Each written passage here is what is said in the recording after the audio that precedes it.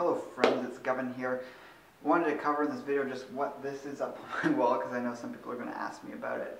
What does it mean? It's also going to be in some of my Secrets of Longevity videos, so I'll link to this one to give the explanation and just talk about some of the things in regards to this and why I think there's many layers to this that I find very interesting.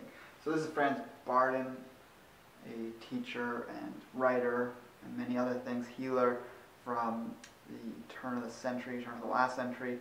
He lived into, I believe, his very early 50s, maybe it was late 40s. Top of my head, I can't recall that in the moment, but you can always look him up if you want to learn more about his life. I've talked about his meditation ideas and some of the practices that he taught in the past on my main channel. Really good initiatory system in his book, Initiation into Hermetics. And these three symbols I have down here are salt, mercury, and sulfur. You might recognize those from the ideas of alchemy. The mirror side of it is that these can also be seen as water, air, and fire, if you're talking about the four elements. Now, the fourth element is earth, which would encompass all of those together.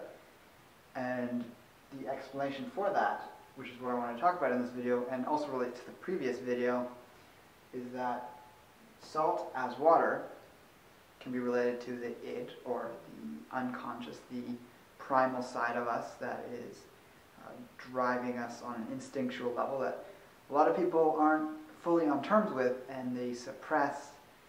They are indoctrinated with religious ideas that cut themselves off from this side of themselves and thus are not fully functional as a whole human being.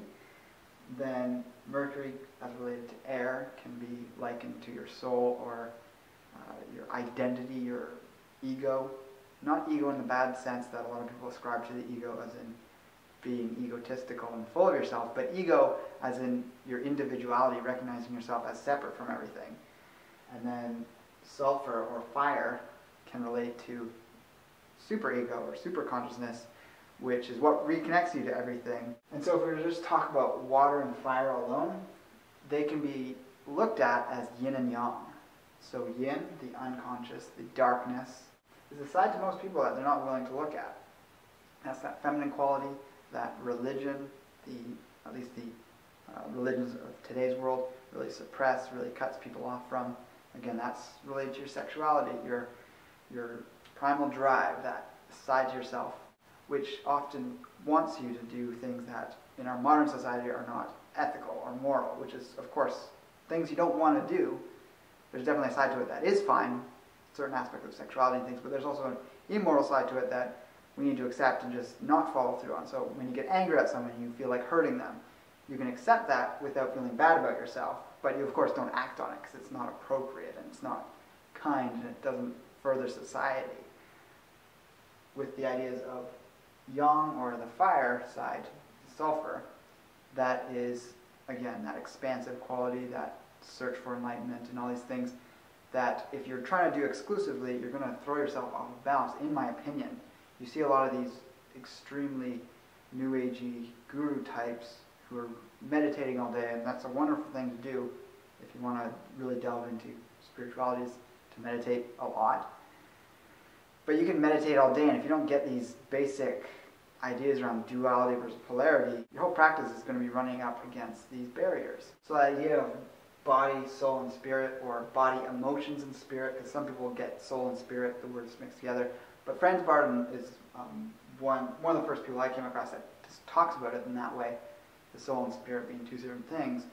And his book, Initiation into Hermetics, has 10 steps, and each of the 10 steps has sections on the body, mind, and spirit. It has exercises for each one, so you develop each of these aspects of yourself at the same time. So you've got your physical body exercises, which include diet, things you do with the physical things around you. So the way you clean yourself in the shower, the way you breathe, all these things relating to the body, physical exercise, that would be ascribed to salt or water or the body. And Mercury, that intermediary element, is where you develop that part of yourself that, again, has those qualities of your identity. So this can be working on your personality, working on your faults, improving your strengths, turning your faults into strengths.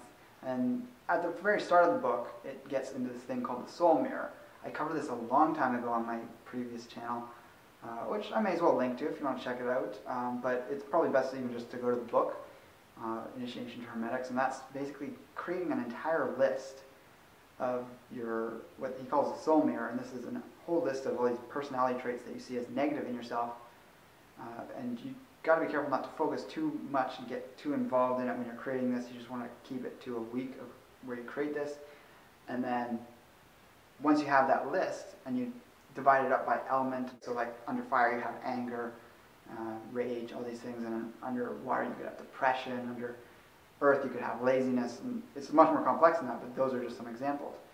So as you work on dividing that up, you get, again, this whole list that you then work on throughout the rest of the book to improve yourself with affirmations, the other meditation exercises that can improve upon that.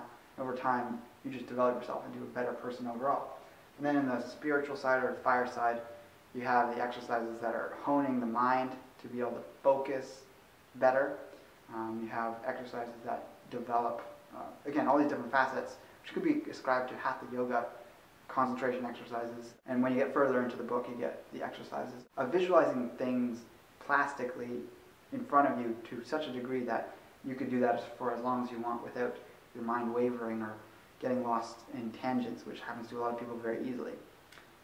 So if you have never checked it out before, look online for information around what Franz Bardon can do.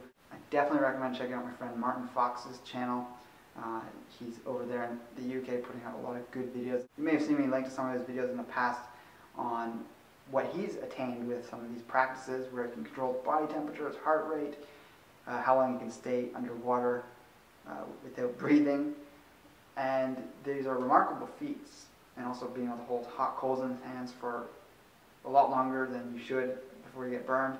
And all these things are pushing the limits and the boundaries of what we have as human potential. And that, to me, is one of the most fascinating things about life on this planet, and which is why I have such a strong desire to pursue health, because it makes pursuing these other things, these spiritual things, these delving into the workings of the soul and the mind and the whole mystery of creation, if I may say that.